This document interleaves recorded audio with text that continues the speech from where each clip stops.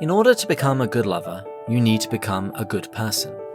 And in order to become a good person, you need to practice the virtues. Now, this is very unsexy advice, but I think it's realistic, and in the long run, everything which is realistic is sexier than the unrealistic. This is Pints with Jack, Season 5, Episode 31, The Love Clinic. After Hours with Dr. Jason Lepojärvi. Good morning, everyone. Pints with Jack is your weekly C.S. Lewis podcast where three friends, Andrew, David and Matt, break down and discuss the works of C.S. Lewis. This season we've been reading The Four Loves, and now that it's finished, it's time to call in Dr. Love himself, Dr. Jason Lepojärvi, who also happens to be the originator of the quotation at the start of this episode. Dr. Jason Lepojärvi is half Canadian and half Finnish. He studied theology and philosophy at the University of Helsinki. His master's thesis focused on the theology of the body and sexuality by Pope St. John Paul II and was published as the first introduction to the subject in Finnish. His doctoral dissertation was entitled God is Love, but Love is Not God, C.S. Lewis's Theology of Love, and he served as the president of the Oxford University C.S. Lewis Society. He's worked at St. Benet's Hall, Regent College and Thorneloe University, and he is presently Fellow of Literature at the Davenant Institute, teaching courses on Lewis, Tolkien, and everything else you might expect. And he's got a couple of books in the works, which I hope we can get him to talk about towards the end of the episode. But we're going to mostly be talking about the Four Loves today, as well as love in general, in an episode which I'm calling The Love Clinic. Dr. Jason Lepojärvi, welcome to Pints with Jack. Well, thank you, David. A long time no hear or see or speak. Good to be back. Yes, it has been a while. And how are you? How are Isa and the kids doing? They're doing fine. We're on a spring break. My wife, Isa, is at home enjoying a week of solitude and therapeutic silence. And I, on the other hand, am with three rascals gallivanting around Ontario, presently visiting my brother and his wife and family in Toronto. So we're doing pretty good. Thank you. How about you and your offspring? Alexander is great. He is currently going through sleep training at the moment, which means that he's getting sleep and I'm not, and he's waking up with more energy than he did before. So we're kind of doing this wrong. And we did it around the time that the clocks changed. We really didn't think this one through. But I actually had a similar experience recently. Marie took him to go and visit relatives in Kentucky, which meant that I had the week to myself. I slept in a bed by myself. I wasn't woken up in the middle of the night. It was very weird. I didn't like it at all. Oh, lovely. I miss those times. Mine are so much older. They're like 4 and stuff. Mm-hmm. Well, also, happy St. Urho's Day. I actually only found out about this today. Apparently, he's a fictional saint of Finland. Have you heard about this?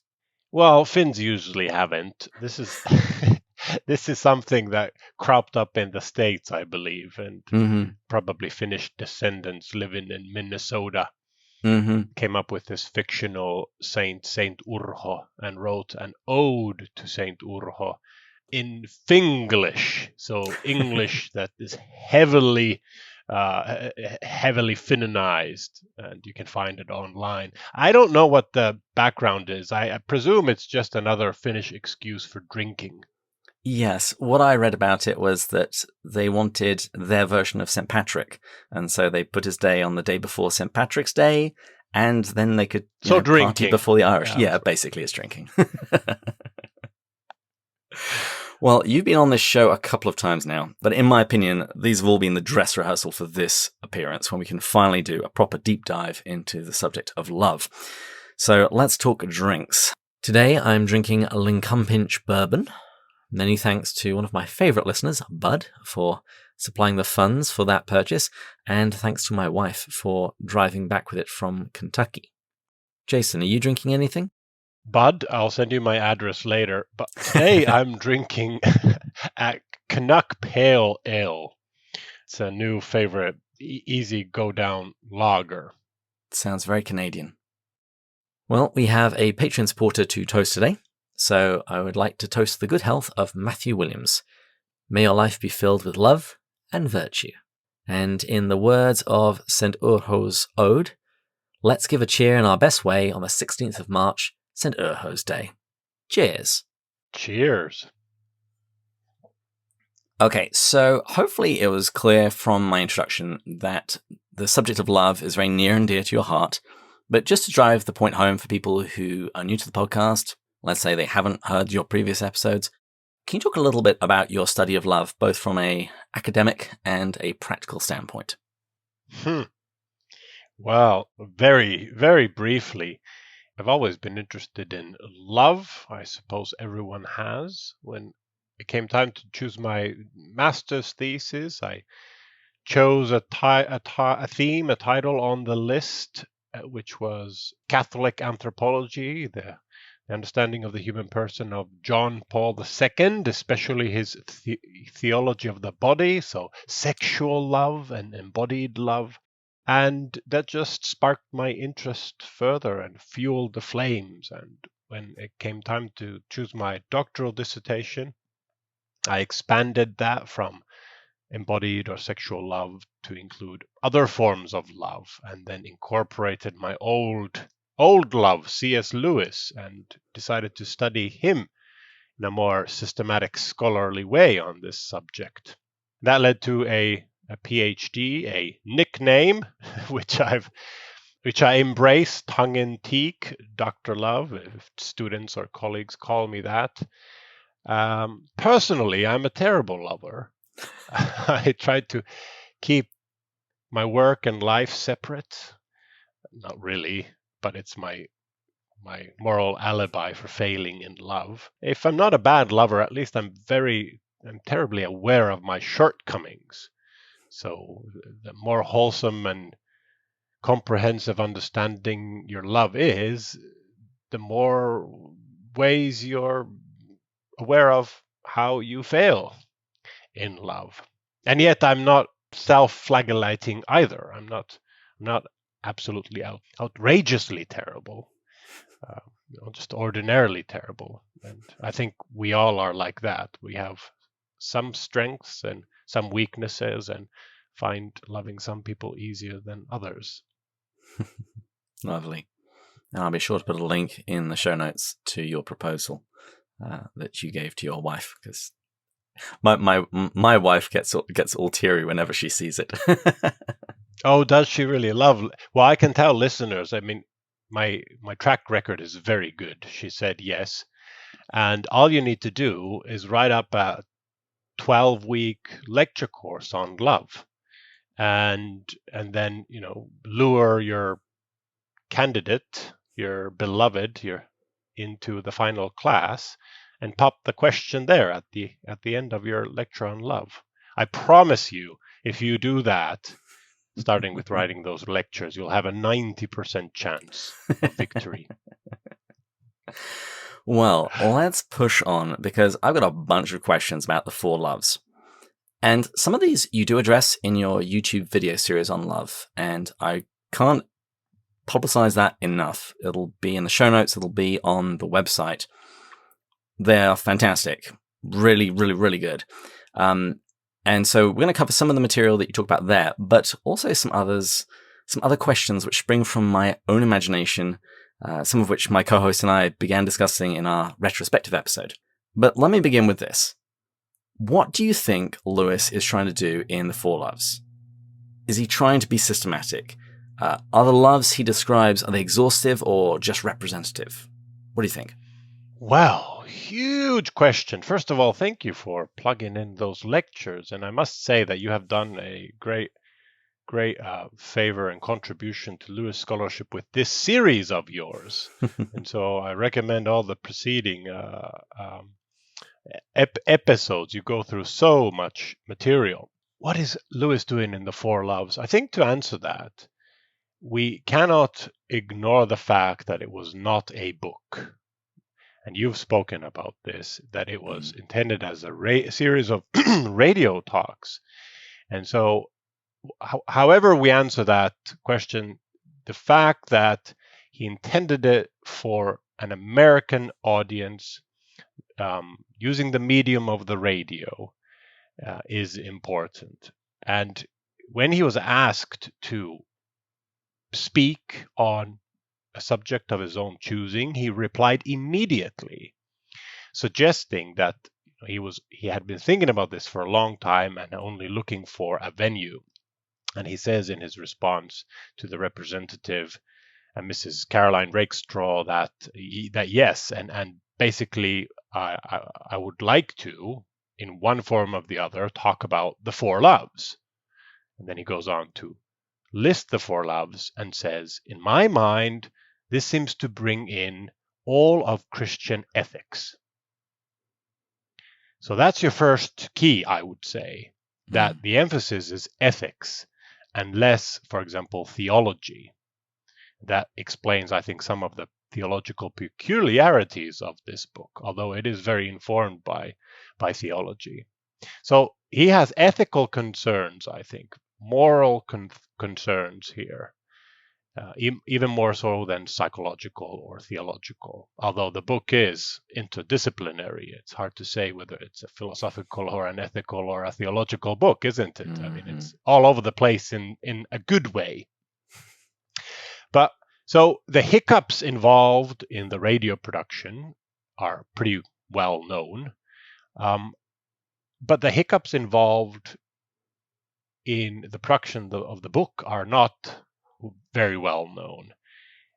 But the letters between him and his editors exist, and we do know that his editors had some concerns of their own, in addition to the American Episcopalian TV Radio Foundation. They had their concerns, but the Brits had different concerns. And the book is about a third longer than the radio talks. So Lewis included subhuman loves, talked about love of country and animals, and he introduces this whole need love, gift love, appreciative love distinction. He brings in the nearness by approach versus nearness by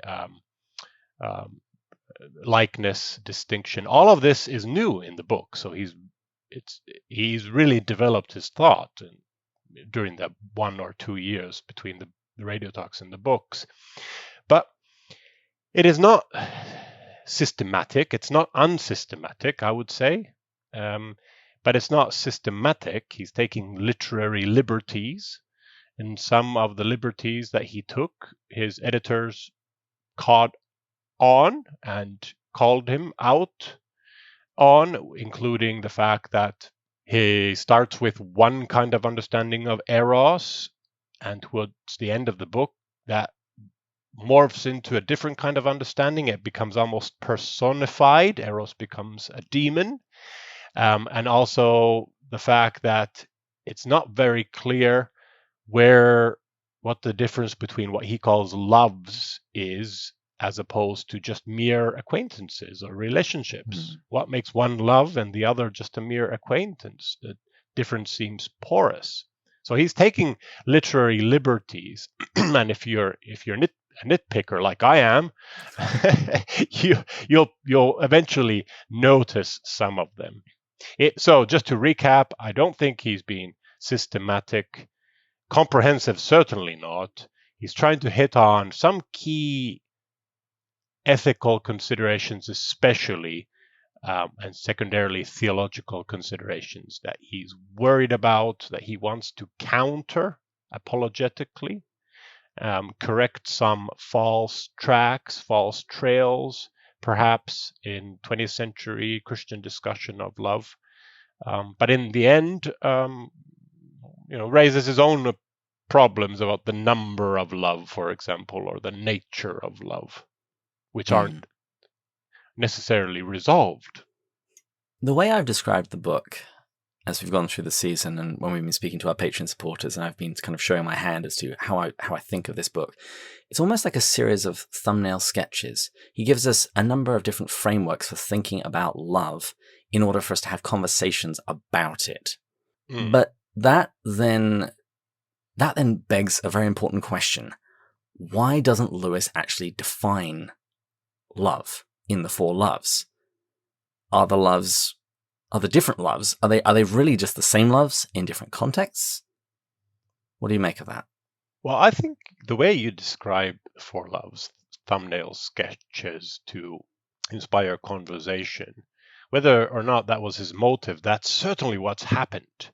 Everybody reads The Four Loves and comes away from it enlightened, inspired, infuriated, frustrated, perhaps, and tons of questions. So he certainly pulled it off, whether it was deliberate or not.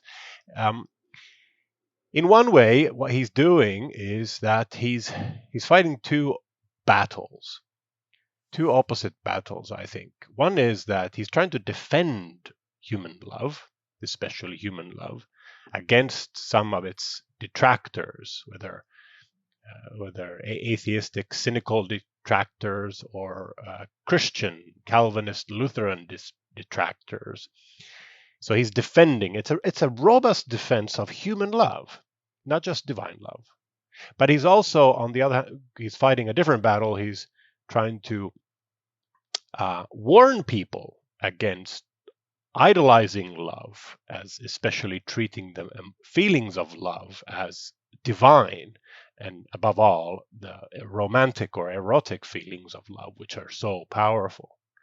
And he's so immersed in it, in this project, that, as you say, nowhere is love defined, which is incredible for a thinker of his caliber and carefulness, meticulousness. I mean, if Lewis is anything, he's a definer. He's the arch definer, distinguo.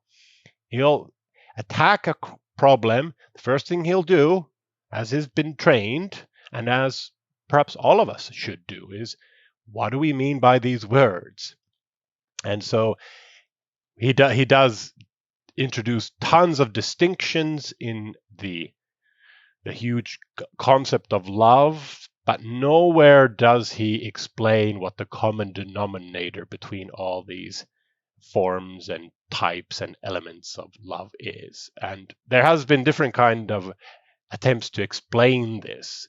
There's an American Lewis scholar by the name of Caroline Simon, who in the Cambridge Companion to C.S. Lewis says that possibly Lewis kind of trusted his audience to recognize the rudiments of love, and thereby not feeling required to define love.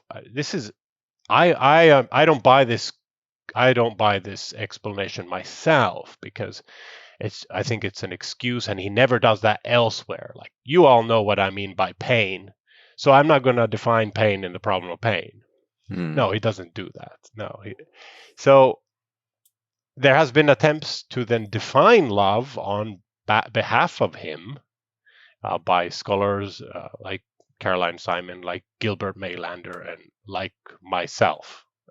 Different proposals to what could be at the core, the essence of Lewis's understanding of all loves, regardless of what love it is. It is kind of funny, because one of the lines we've said throughout this season is drawn from The Four Loves, where Lewis says it's very easy to praise or dispraise rather than define and describe.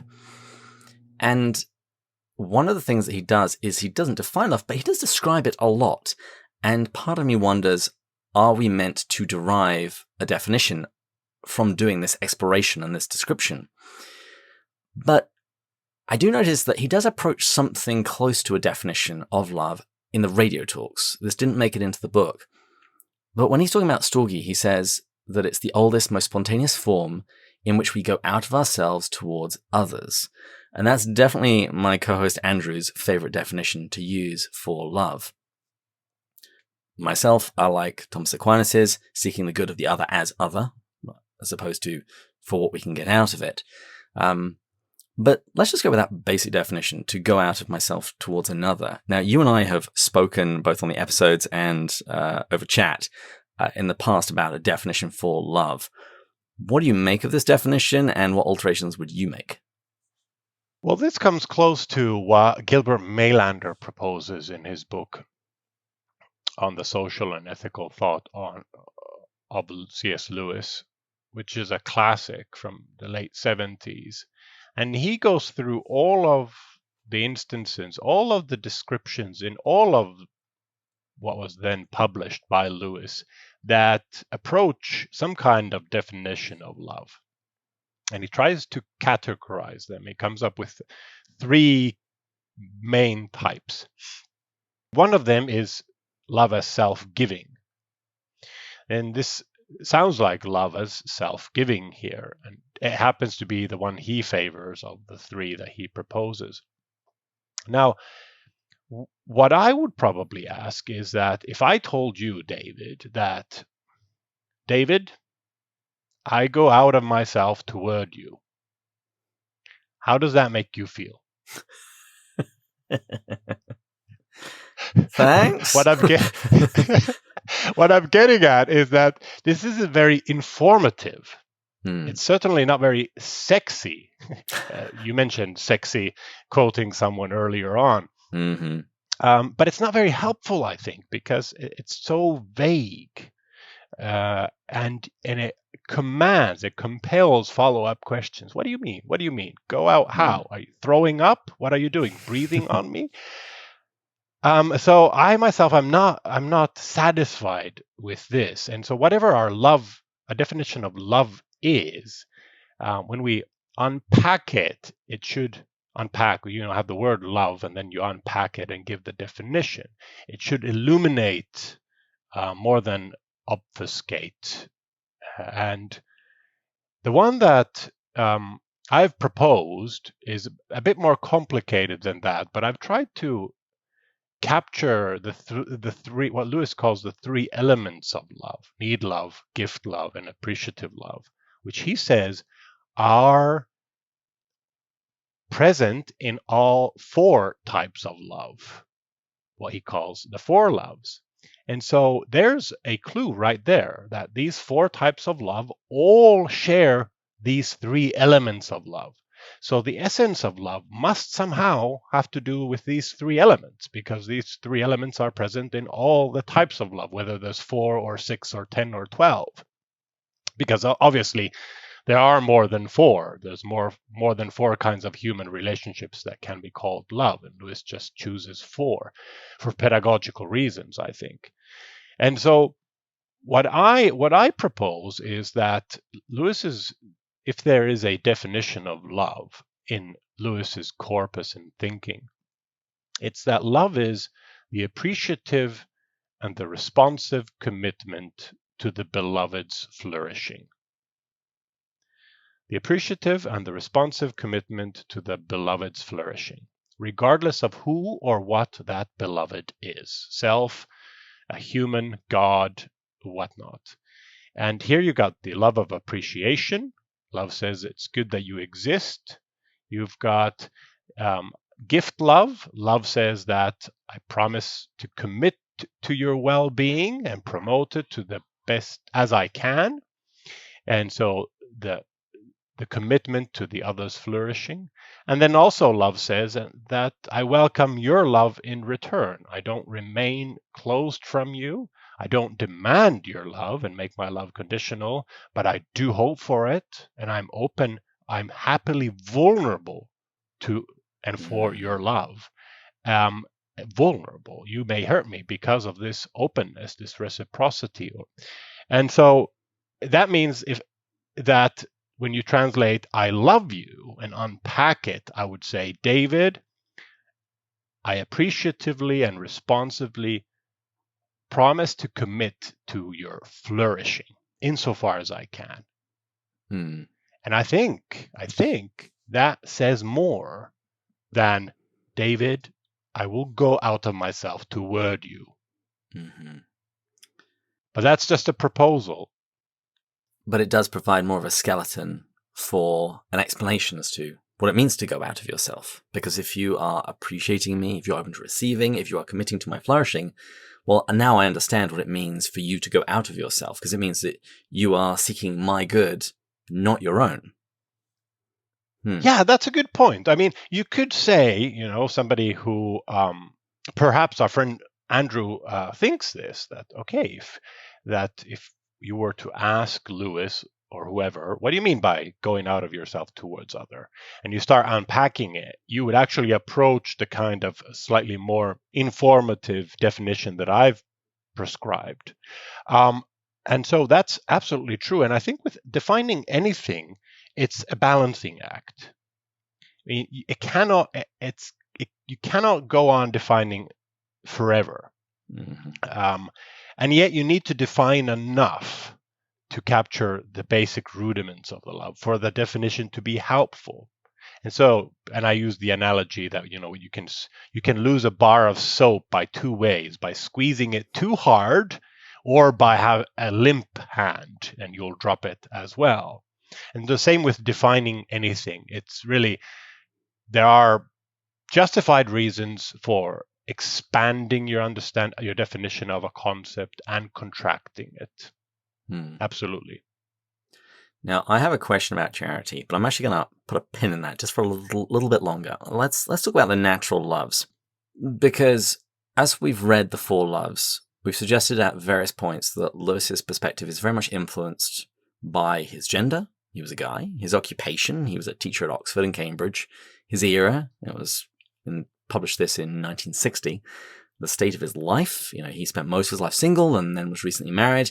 And the various life events. At the time he was writing this, Joy was dying. So how much of what he says do you think is universal, and how much do you think is specific to him? Because a lot of people criticize the friendship chapter, saying that this sounds like mostly male friendship, and one of your videos goes into this in more detail. But generally, and in that particular case, what do you make of what Lewis says? How much of it is universal, and how much of it is colored by his gender, occupation, era, state in life?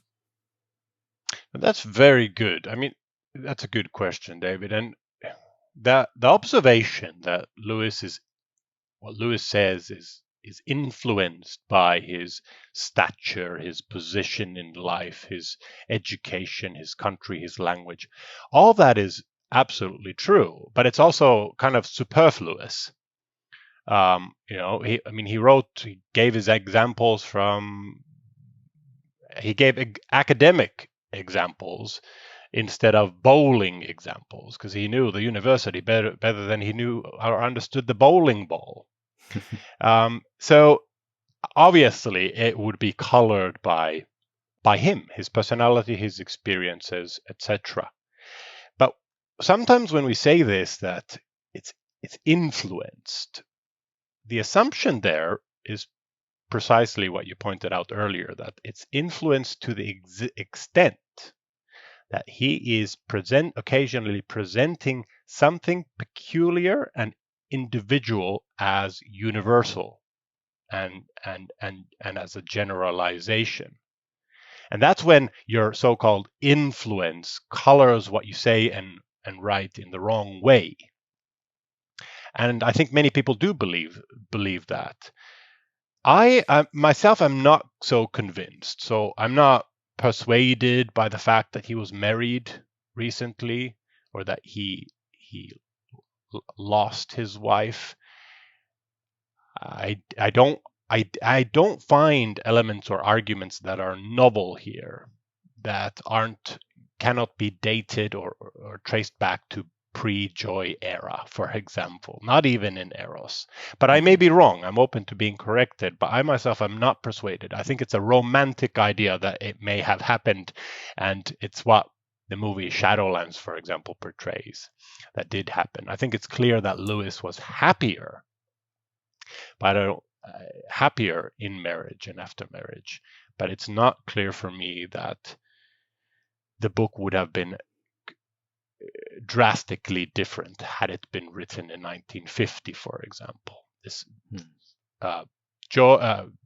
love in all its forms was Lewis's obsession all his life, since his boyhood, since his letters to Arthur. He's been thinking about the difference between eros and friendship and so on. It is the key motif in all of his writings.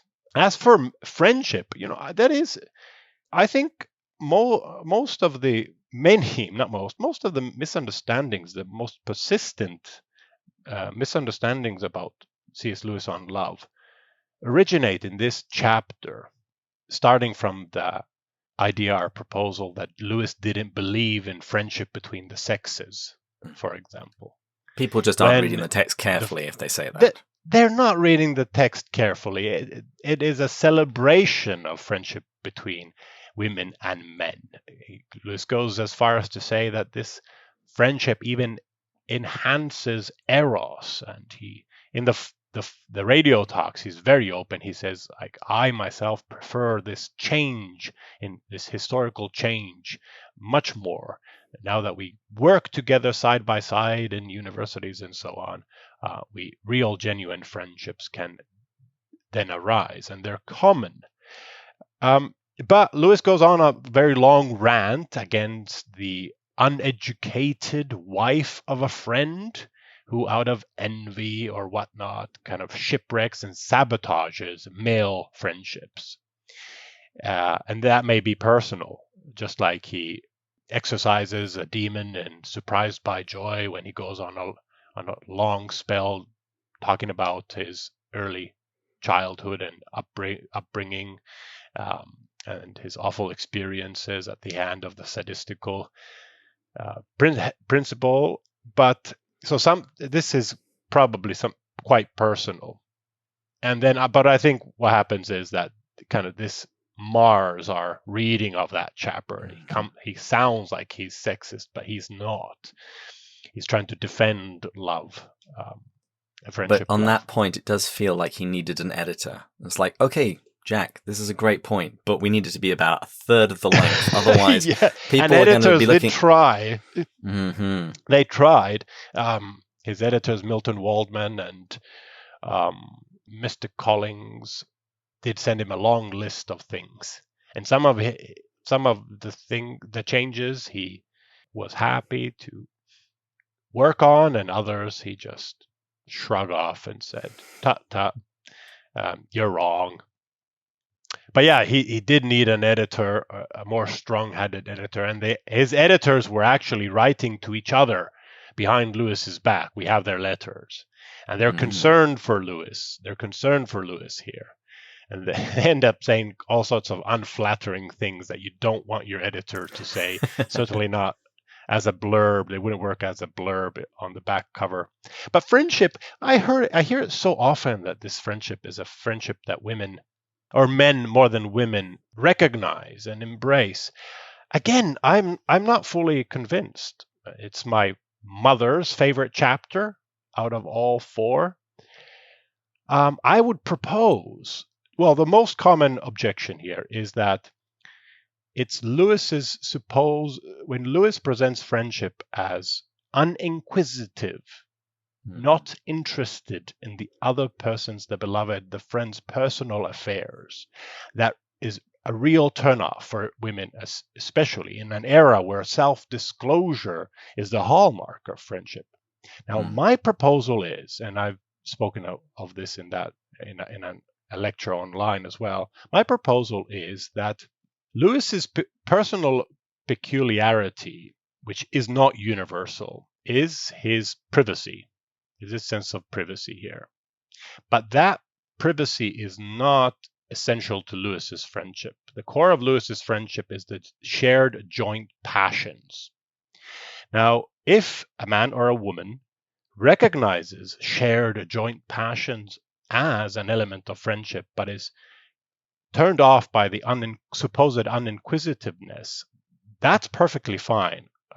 I think that's Lewis's understanding of friendship per se hasn't been damaged at all.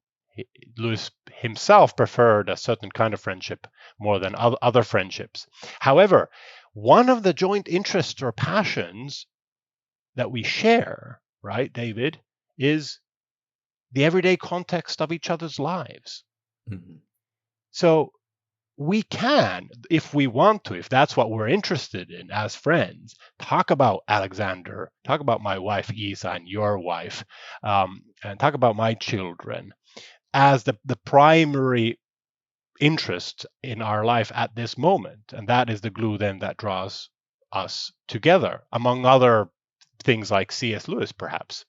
So that's probably what I'd say. And I'd also kind of say, very provocatively suggest, and I'll close with this, suggest that Lewis's understanding of friendship is very inclusive, surprisingly inclusive, because when he says friendship doesn't care about your past history or your class or your income of your profession or your family or so on, what he means by it is that you don't have to be a certain kind of person to become my friend. As long as we ask the same questions in life. And that is very anti-racist. That is very egalitarian. It looks beyond gender. It's the opposite of an atomized understanding of friendship. And at the end of this sort of friendship, Lewis says, the friend will know his or her friend better than anyone else. So in the end, as a bonus of this, of not erecting these artificial barriers through prejudice, preventing friendship from forming, the bonus, the dividend this pays is that you actually end up knowing about also the personal affairs of your friend better than anyone else. So I'm being slightly provocative deliberately just to introduce a different voice in the conversation. And this is why I've said throughout this season, I think Lewis needed a better editor, because I think you've hit the nail on the head. The sting would have been taken out of that tale if you said, this is just not what this is not what the love is about. It's off at the sides. It's not the primary focus. And as you say, it's much more inclusive. And particularly given that Lewis was very familiar with the classics, when you look at Greek and Roman authors writing about friendship, they demand parity on all of these sorts of issues. Your social standing, your wealth, your ability, your power. And he's saying that friendship actually doesn't require any of that. It's superfluous. It's about the shared interest. This is radical. Yeah. Innovation.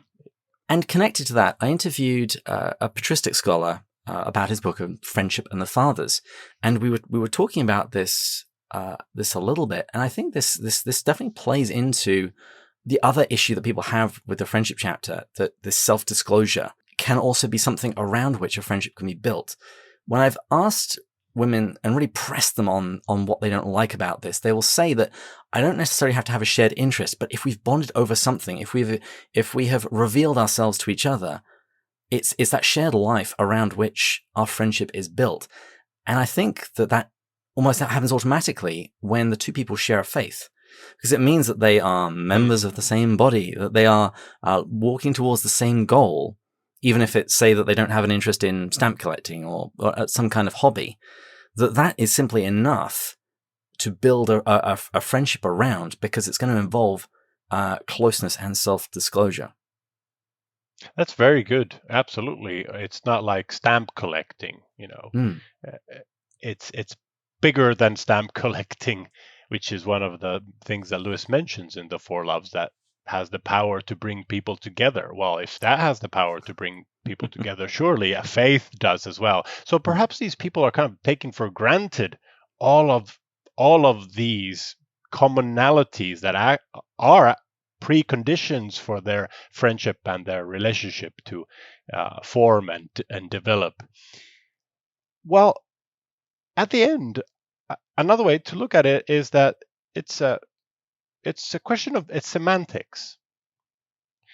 Lewis means one thing by friendship. Now, if we mean something else by friendship, then there's kind of no point in arguing. Mm-hmm. Okay, so what you mean by friendship, I recognize, I sometimes value, but that's not what I mean by friendship. I mean something different by friendship. And Lewis might respond, okay, well, in my books, that's more like agape, or that's more like storge, but I see what you mean, and I think it's a genuine, justified love, and, good for you. And this is why I don't object to the fact that Lewis isn't particularly strict with his Greek definitions of the different kinds of love. They don't map particularly well to the biblical usage of the Greek. But for me, that's irrelevant. He is choosing some tokens, some labels of some things, certain kinds of love he's going to talk about it, and he defines it, at least within those loves themselves, he defines them himself. What he calls friendship, Cicero wouldn't have called friendship. And in the same way that we use the word love in English for far too many things. I love hot dogs, I love my wife, I love my son, all very different loves. Likewise, we do the same with friend. We have Facebook friends, we have friends at work, we have friends at church. These are all very different kinds of friendships. And so perhaps we need Greek words for each of those as well. Well, we could. I think we could. And if you pressed Lewis on it, Lewis might come up with these words and say that absolutely. There are as many quote unquote loves in Greek or whatever language as we can think of human relationships. And I was just talking about three very common relationships here. You have a very good point about words, about the danger of reading into literature our understanding of words, and the misunderstanding that can cause. And so if we come to the four loves with a precondition of what agape meant that we learned from Sunday school or last Sunday's sermon, it will distort our reading, our understanding of the book quite considerably. For example. And that's a perfect transition, because the word agape, or agape, however you want to pronounce it, it has certainly shifted over time. And I want to talk about his charity chapter, because it's the one that I have reread the most, and I'm still not entirely sure what he's referring to. I have my suspicions, I have my theories, but let me ask you, what is charity? Well, I'm not sure how much I can help you there, David, because I'm not entirely sure either. But I can share my not so sure thoughts and suspicions with you, and we can compare notes, so to speak. What we do know from his letters is that one of the greatest motivators for him to write this book is his reaction against probably the most influential theology of love in the 20th century in Christian circles, popularized by Anders Nygren in his book Eros and Agape, by which he means human love and divine love, where divine love or agape is everything good and eros or human love is everything bad. Now we do know that four loves, and he doesn't mean romantic love, he just means human love in all its forms, including romantic love. We do know from his letters that Lewis reacted against this. He would obviously, because this is a very Calvinistic, old school Lutheran understanding of the relationship between the created and creation and the creator. Sounds almost Gnostic. Well, yes, you could say. Well, it certainly has a very weak doctrine of creation, where creation isn't robust enough to withstand the fall, total depravity being one of its consequences. I personally think that I'm convinced that one of the main motives Lewis had here was to provide a very different, an antidote, a vaccination against antibodies against this virus. He thought that was ruining Christians' lives and their relationships, because it was erecting a false ideal of agape and also unnecessarily demonizing and tarnishing human loves to their core. And so when in the Four Loves, Lewis does not talk about charity, he uses agape. But agape is just traditionally the Greek equivalent to caritas in Latin. And from caritas we get charity in English, which everybody who's read the Four Loves knows Lewis means by charity something beyond almsgiving. But when he writes the book, he, instead of the radio talk, he suddenly decides, I'm not going with agape. I'm going to talk about charity instead. And I think one of the reasons he does, or the main reason perhaps, is that agape already then and today has a certain, this is where the words come in, David, that you mentioned, has a certain understanding in the popular imagination of the average Christian reader that Lewis is addressing in this book. And so by adopting a different word, he kind of minimizes the risk of the reader reading into it. And yet we do anyway. I read the Four Loves like four times before I kind of realized that I'm reading into this last chapter, especially my own upbringing. I'm looking at it through a certain kind of lens, and I need to take my glasses off and look at it afresh. My proposal is that this is not the essence of love. So I already told you what I think is the essence of love. It's not the fourth love. The fourth love is something different, this charity love. And I don't think it is, although towards the end of the book it becomes quite mystical when he talks. It becomes very mystical to the point where he says, I must stop here, and where a better book would begin, mine must end. But charity is whatever the three natural loves are missing, what they need not to go corrupt. And if we're Christians, we immediately think they need God, they need grace. So charity must be grace. But reread the Four Loves from the beginning to the end, paying careful attention to every time Lewis says that the natural loves fail and what is needed. What is needed is something much more practical. Virtue, character, which comprises all of our virtue. And this is a completely different vision or reading of the Four Loves. Mm-hmm. I think the majority of us have been reading it wrong for myself included, for decades. It is much more practical. Lewis is saying love is not enough. What love needs is of all of the other virtues to sustain it, to give it life, to protect it. You need wisdom to know when to love and how to love. You need courage to love in adversity. You need patience for the same reason, and so on. And you need justice so that your hierarchy of your loves and your loyalties is not all over the place, and you don't end up sacrificing lower values or higher values at the expense of lower values and so on. So that's what I think charity is. Replace charity with character, the word character or virtue, and that's what Lewis says in his essay, We Have No Right to Happiness as well. The good lover, what does the good lover, the happy lover, what do they need? Loyalty, self-control. He lists just a string of virtues. Mm-hmm. So that will, I think, solve 90% of the confusion of the last chapter if you do that. But I don't think it's a perfect solution, either because either the solution itself is not perfect, or Lewis or the material there do not accommodate any perfect solution, because it would require an editor, perhaps, like you said. Well, I'm really pleased with your answer, because this is why I chose the quotation at the beginning of the episode that I did. And you and I are tracking very closely on this. So this is what I think.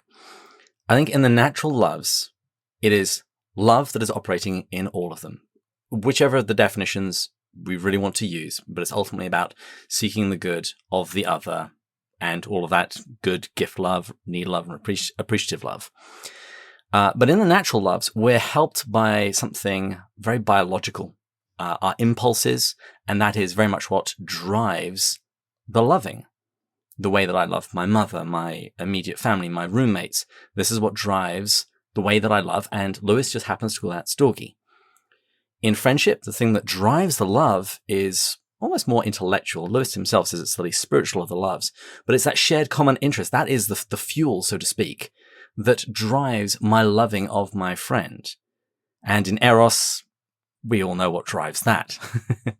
Now, that one has a very strong biological impulse. And so the way that I view his chapter on charity is we are taking that to its completion. As you say, it's the whatever is missing in those other loves. And I do think it's virtue, and you're absolutely spot on. Yes, throughout he keeps coming back to what is needed is virtue. But in that charity chapter, he talks about the whole of the Christian life in one particular relation. When we spoke about it, it's our relationship to God. And I think this is where we can bridge what I think he's actually saying with the common misconception of what he's saying. If I'm orienting my life, if I'm orienting my loves, ordering my loves according to my relationship with God, not only will they be correctly ordered, but if you're a Christian, you believe that God gives you help. He gives you grace. Paul says in Romans that the Spirit has been poured into our hearts, that this is the thing that strengthens us and therefore strengthens our virtues. And we say charity is one of the theological virtues, just like, it's in a separate category, but not that dissimilar from, say, the cardinal virtues.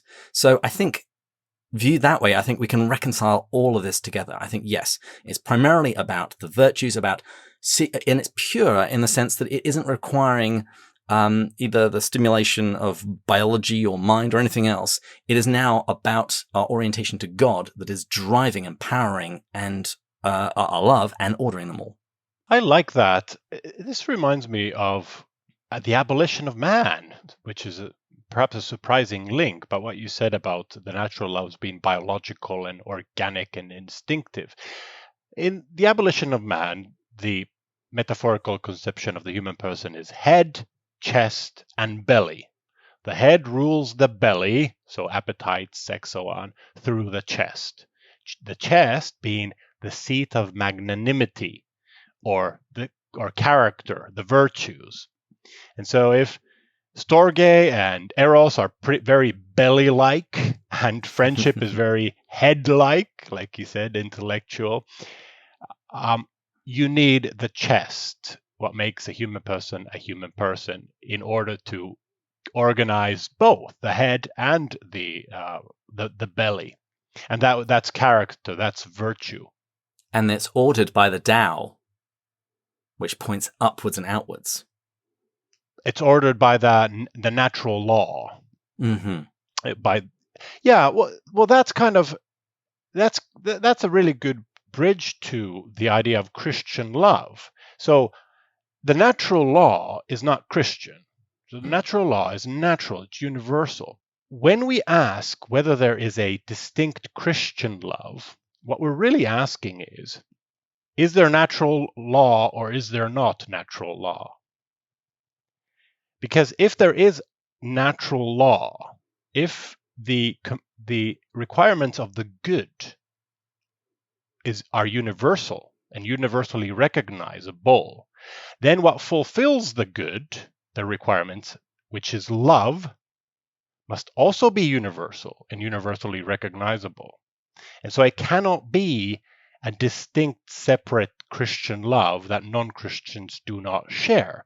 Otherwise, we will have reinvented a new ethical paradigm, a new set of rules, which Lewis outright rejects. Jesus didn't come up with a new set of rules. So whatever Lewis means, and he is very, and this is the 10% that I don't get, and which I think you're on to here. The 10% that I don't get in the charity chapter is when it becomes explicitly theological, religious, spiritual, Christian in its expression and its vocabulary. It almost sounds like his nemesis Anders Nygren, whom we know Lewis disagreed with to the core. It almost sounds like him when Lewis sounds like when he seems to be saying that there's a special kind of quote-unquote Christian love that is able to love the lepers and the morons and the stupid, this list that he gives in charity, and in the chapter on charity, and he kind of suggests that you need charity in order to love these things, and this charity is somehow religious. I don't think it is.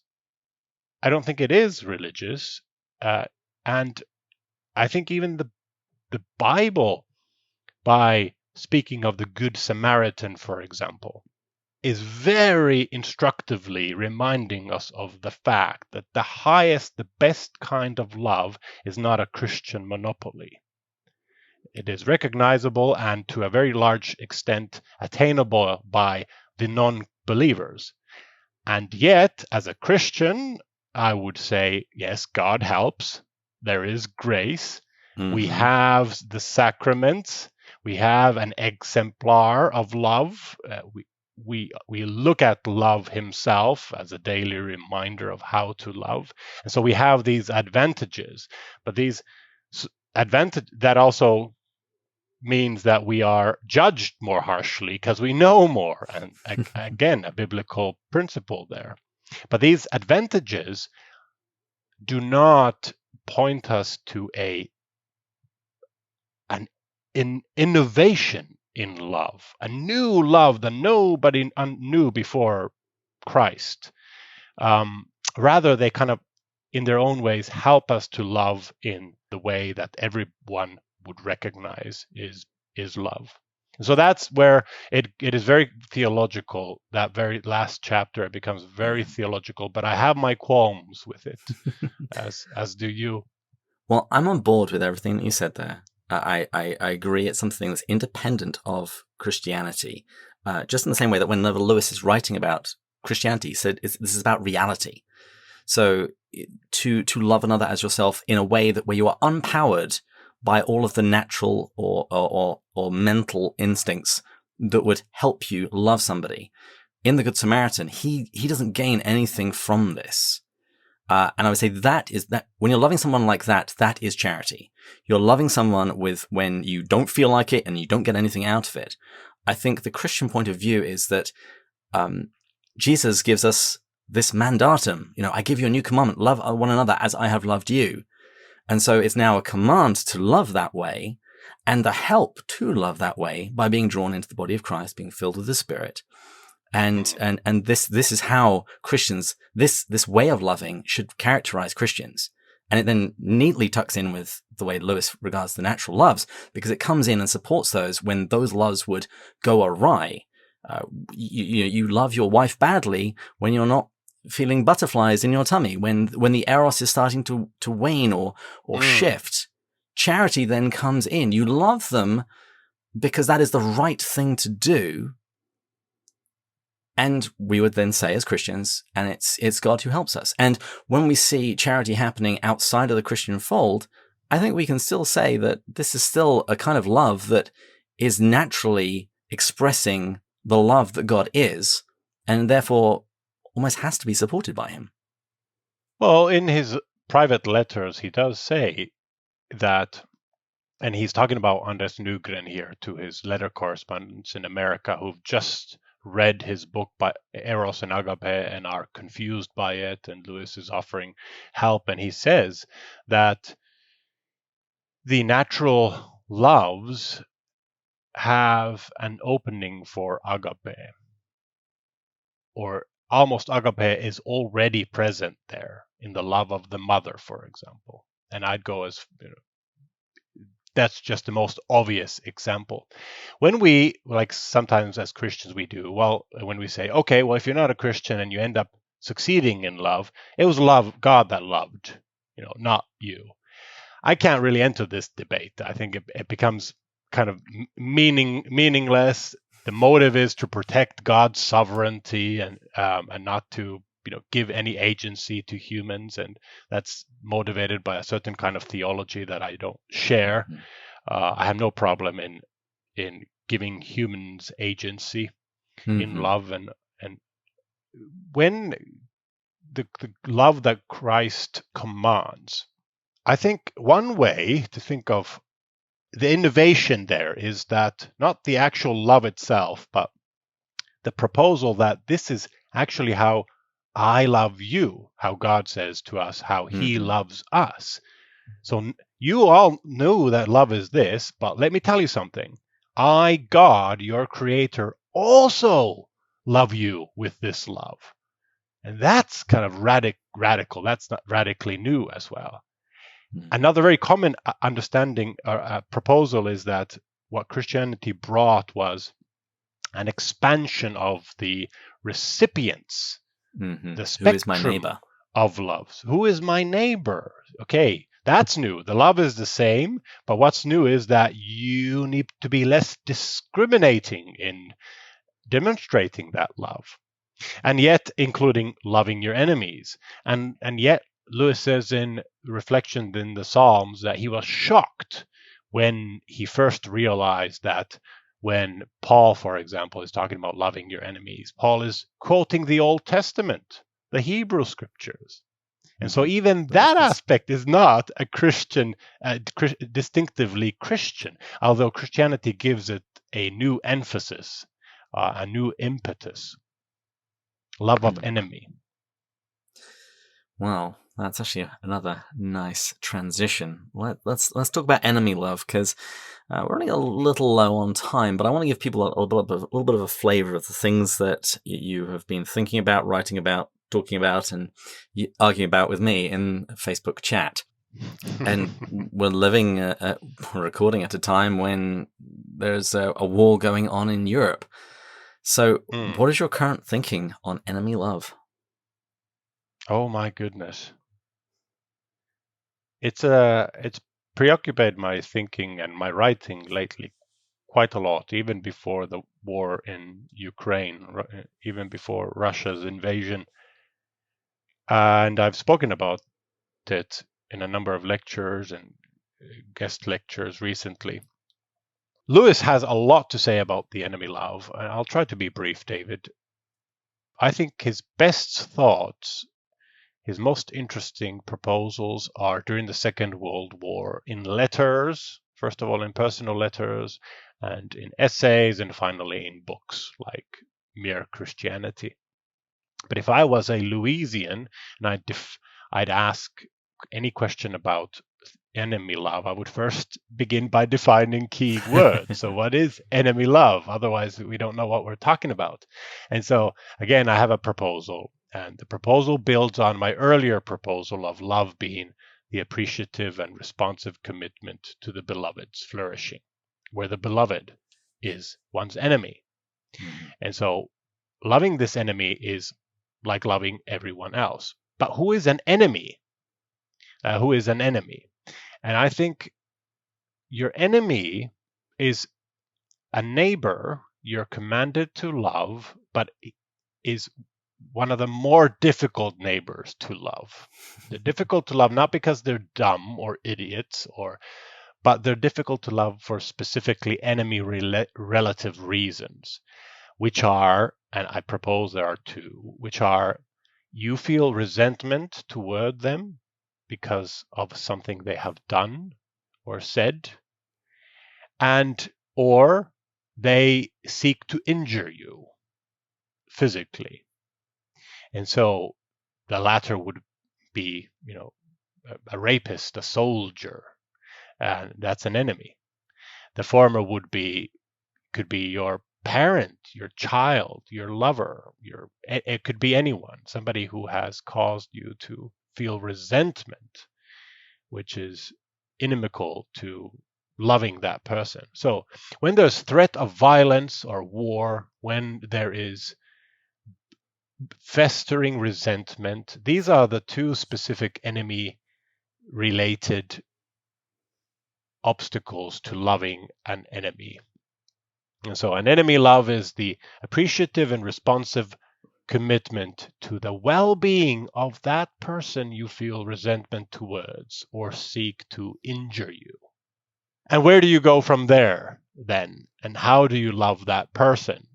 Very shortly, I would say you love that person like anyone else, through this character, through your virtues. You seek for opportunities to the extent circumstances allow, and to the extent is in your power and permissible to commit to their well-being, be it material or biological or spiritual or whatnot, proximate or remote. And you demonstrate this commitment to their well-being. And Lewis was struggling with simply praying for dictators of the Second World War. He tried every day to pray them, and he was asking advice from his friends of how to make his prayers real for Stalin and Mussolini. He asks Dom Bede Griffiths, like, when you pray for Stalin or Hitler, how do you make your prayers real? And it's kind of like, not if you pray for Stalin or Hitler, but you're a Christian, so obviously you're praying for Putin and so on. And so how do you make your prayers real? So that's one thing. When he thinks of enemy love, he thinks of prayer above all. And and forgiveness. So that's basically a thumbnail sketch of what I think of enemy love and how I would begin to love people that I consider to be my enemies. And it's context dependent. Examples are innumerable. It would be tedious to go through practical examples because there are just so many. But there are certain ways to make it easier, no matter what course of action you decide is in your power. And Lewis believes that prayer is one of these methods by which you can smoothen it, make it easier. When you and I have spoken about it, I've gone away and thought about it afterwards. And for me, I think the key thing that's required is for us to tweak our definition of love just a little bit, to seek the good of the other in as far as is possible. Because Lewis actually uses that phrase in Mere Christianity when he's talking about love. And he's talking about capital punishment, and he's talking about combatants. And he expresses the attitude that we should have, the wishing that it wasn't this way. And not relishing in that you wish the other person would be cured, he calls it that, so that this other person would stop attacking you. And I think that your point about forgiveness is very important, and it actually puts me in mind of where Screwtape speaks about how pathetic the English are. He says that they talk all this stuff about the enemy, but the first downed German fighter pilot, they start giving them tea and cigarettes. And I think that is how we love our enemy. We might try and shoot him out of the sky, but if he's safely on the ground and can do us no more harm, then we give him tea and cigarettes. That's perfect. Yeah. Suddenly, when they're not pointing their Messerschmitt at you or your house, the possibilities of committing to their flourishing are expanded. And previously tea wasn't on the table. Now it quite literally is on the table. Mm-hmm. I use that qualification insofar as possible in some of my publications, and I add to it insofar as possible and permissible. Sometimes something isn't possible because it is commanded against. The obvious example being that not everything is fair in love and war. I cannot. There are certain ways I love my wife in that I do not love other women in. It's not permissible. So absolutely, it has this qualification. It's a very important qualification for ethically, but also psychologically and humanely, because you spend yourself, you make yourself an absolutely useless lover without limits. You are no good to anyone if you do not acknowledge and recognize and honor your humane limitations and your finitude in terms of energy and time and resources and so on. We wish we could love you differently. You're pointing your gun at me now, so I can't love you in this way. I would love to love you in this way, but now you're not pointing your gun at me anymore. Now I can offer you tea. Mm-hmm. So this double will, Lewis in a letter calls it the difference between God's absolute will and his relative will. Mm-hmm. God absolutely wills the fullest, best, and good for us. Because of circumstances, sometimes the best possible good for us becomes relative. He cannot love absolutely. He can still love perfectly, but it's not the way he would love if he had his choice. And this also explains why Lewis thinks that you can go as far as to participate in lethal warfare in love. That it doesn't mean you do not love your enemy at all, even if you are trying to stop him or harm him. But circumstances prevent you from loving him to the extent that you can, and other obligations prevent you from loving him to the extent you can, because you also love your family and your child and your country and goodness and justice, and this person is jeopardizing all that. So inaction is not an option. You can sin by omission, in addition to sinning by commission. Now, I was going to ask you about Lewis's love blind spot, but we're a little low on time, and we have actually mentioned it over the course of this season. So there will be a link in the show notes. Please check it out. I really enjoyed this video. Very good. But let's just wrap things up by talking about some of the books that you have in the works. What can you tell us? Well, I'm working on 2 books at the moment. I'm almost done with both of them. They're both on C.S. Lewis and love. The first one is called God is Love, but Love is Not God, which I might truncate into simply Love is Not God. Interrogating C.S. Lewis on Love, or something like that. And the second one is called Erotic Disagreements, C.S. Lewis and Anders Nygren on Love, Lust, and Longing. And the first one, most of this is new material, but some of this I covered in my dissertation as well. But the first one looks at very difficult questions like enemy love, like love between the sexes, for example, and interrogates, quote unquote, Lewis on these issues. And I try to signal there that I'm not being uncritical. But Lewis is also interrogating the issues himself. He's not being uncritical. And so we have a lot to learn from him on enemy love, just for example. And the second one is more specifically on the discussion on Christian love in the 20th century, largely inspired by Anders Nygren, the Swedish Lutheran theologian that I've mentioned many times. Much of the 20th century theology of love is a response to him, because his book really revolutionized or invigorated discussion on that front, including Lewis. Much of what Lewis wrote today is partially motivated by Nygren, negatively more than positively, but still, Lewis has good things to say about him as well. So, Erotic Disagreements, C.S. Lewis and Anders Nygren on love, lust, and longing. And I've got pretty wonderful, formidable professors writing prefaces for both of these works. I can't reveal them yet, but we will see. Hopefully I finish them by the end of the summer. Wonderful. If you need an alternative title about the interrogating C.S. Lewis, I quite like Lewis in the Dock. Lewis in the Dock. That's very good. It also echoes Lewis's own God in the Dock. Where God Lewis is the one being interrogated. He's the one being cross-examined in the British dock.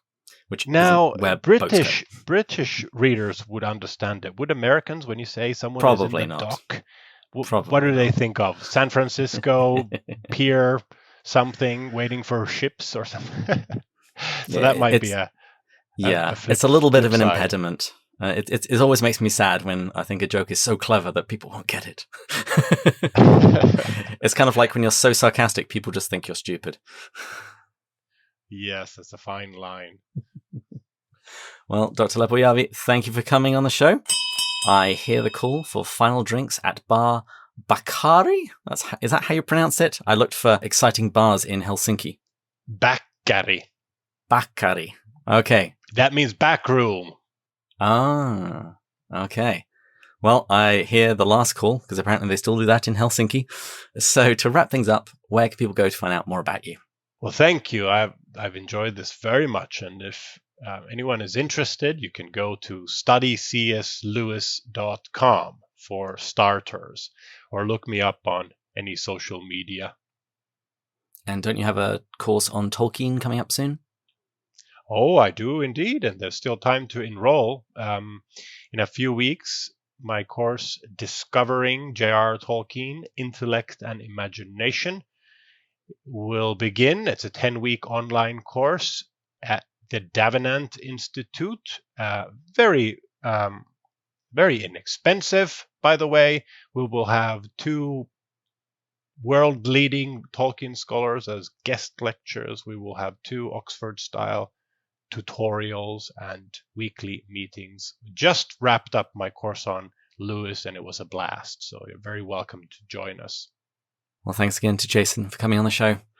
Thanks to all of you for listening, for our Patreon supporters, particularly our top-tier supporters, Amanda, Emmy, Thomas, Deborah, Anonymous, Bill and Joanna, Snort, Bud, Shane, John, Kevin, Brian, Kay, Paul, Kimberly, Gillis, Gary, Stephen, Matt, Kelly, Chris, John, James, Kate, Peter, David, and Rowdy. Please follow us on social media. I think this is a particularly provocative episode about love, so post it crazy there. And please join us next time when we'll be going further up and further in. Cheers. Cheers.